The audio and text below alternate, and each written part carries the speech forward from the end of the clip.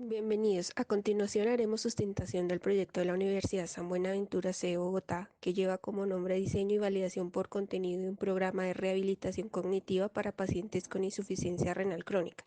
Sus autores, María Camila Gutiérrez, Víctor Manuel Tovar y quien les habla Jessica Eliana Rincón. Fue asesorado por la doctora María Rocío Acosta Barreto. Para el marco teórico, inicialmente se investiga por insuficiencia renal crónica, su etiología, estadios, clasificación y tratamiento enfocado a los métodos sustitutivos. Para protocolos de intervención solo hubo dos, sin embargo se enfocaban en los hábitos, nutrición, conciencia del déficit y psicoeducar de la patología, encontrándose la necesidad de desarrollar una intervención neurocognitiva. Nuestro proyecto se basa principalmente en tres hallazgos. Farragut y compañía 2020 refieren la importancia de implementar la rehabilitación cognitiva dentro del tratamiento no farmacológico en pacientes sometidos a hemodiálisis. Gómez y compañía 2020 nos dicen que existe una relación entre la insuficiencia renal crónica y el deterioro cognitivo, posiblemente por la falta de estimulación y tiempos prolongados a los que se ven sometidos estos pacientes dentro de la unidad renal. Castellano y compañía 2020 indican que en estos pacientes se evidencian alteraciones en atención, memoria auditiva y de trabajo, denominación, flexibilidad cognitiva y en actividades instrumentales de la vida diaria. Nuestra investigación parte de un modelo empírico analítico de corte instrumental en el cual se diseñaron 9 actividades por cada proceso definido para rehabilitación. En el proceso de validación participaron 7 jueces expertos en daño cerebral, 2 jueces expertos en insuficiencia renal crónica y 2 jueces metodológicos, quienes tuvieron que calificar cada una de las actividades de acuerdo con su suficiencia, claridad, coherencia, relevancia de materiales. Posteriormente se realiza una fase de pilotaje con 3 participantes sanos. El plan de análisis de los resultados se sustentó en el índice de Tristán, cuyo puntaje por actividad debía ser igual o mayor a 0,68 para ser aprobada. Por otro lado, se utilizó el método de promedios de jueces expertos para validar si las actividades se aprobaban con o sin modificaciones, donde con 3,6 o más las actividades pasaban sin modificación. Para el índice de Tristán y promedios, en los jueces teóricos se encuentran que las actividades de atención, dos al parecer estarían por debajo del promedio. Sin embargo, en la validación con jueces metodológicos, ellos aprueban la actividad con alta puntuación. Es entonces que se modifica de acuerdo con las observaciones dadas por los jueces. Para las actividades de atención se clasificaron en baja, media y alta complejidad. Se usará una de baja complejidad. Se le muestra una figura de ejemplo en donde llevará la cuenta de las que caen, omitiendo las que no se parecen, y si lo hace bien podrá ir avanzando en la actividad. En cuanto a las actividades de memoria auditiva, al igual que la anterior, una de las actividades se encontraría por debajo del promedio. Nuevamente se valida con los jueces metodológicos, los cuales refieren que aprueban la actividad con alta puntuación. Por ende, se modifica con las observaciones dadas. En las actividades de memoria auditiva también se van a trabajar por baja, media y alta complejidad. Acá se hace la aclaración de que debe hacer uso de auriculares. Para este ejemplo se va a usar una alta complejidad donde al usuario se le va a contar una historia y deberá ir recordando esta información para ir seleccionando más adelante durante toda la actividad. De acuerdo al índice de Tristán y promedio, las nuevas actividades de memoria de trabajo son aprobadas sin corrección. Al revisar por los promedios obtenidos por cada uno de los criterios, se observa que obtiene puntuaciones por encima de lo esperado.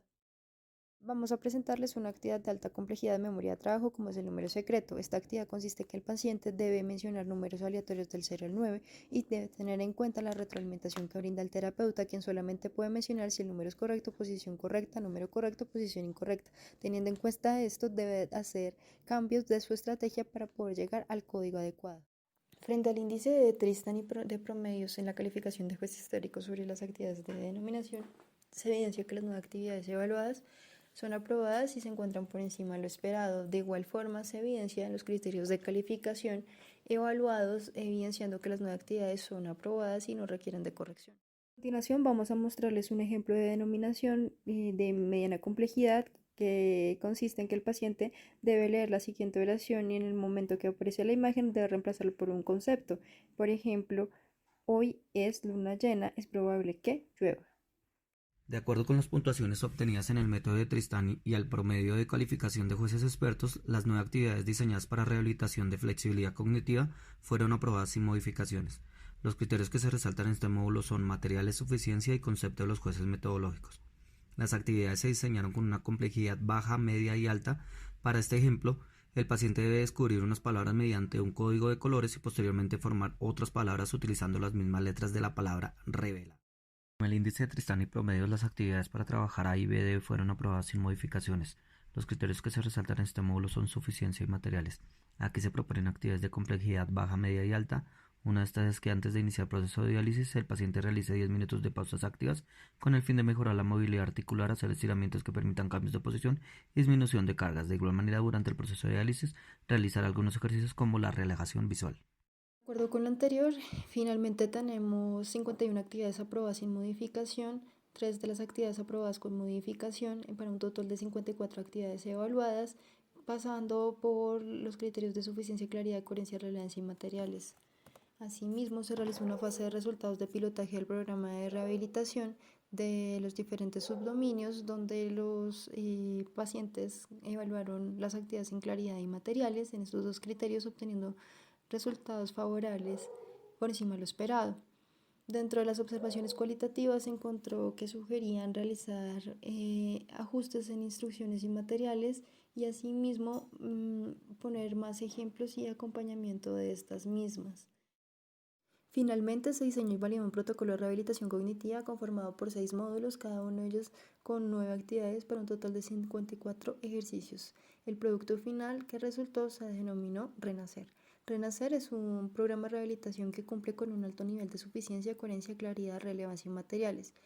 Fue validado por jueces expertos en metodología, insuficiencia renal crónica y daño cerebral.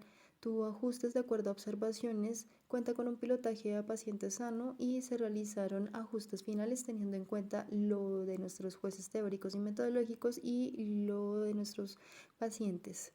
Asimismo, los modelos que plantea Renacer se enfocan en las alteraciones más resaltadas en este tipo de pacientes con insuficiencia renal, como es atención, memoria episódica de trabajo, denominación, flexibilidad cognitiva y actividades instrumentales de la vida diaria.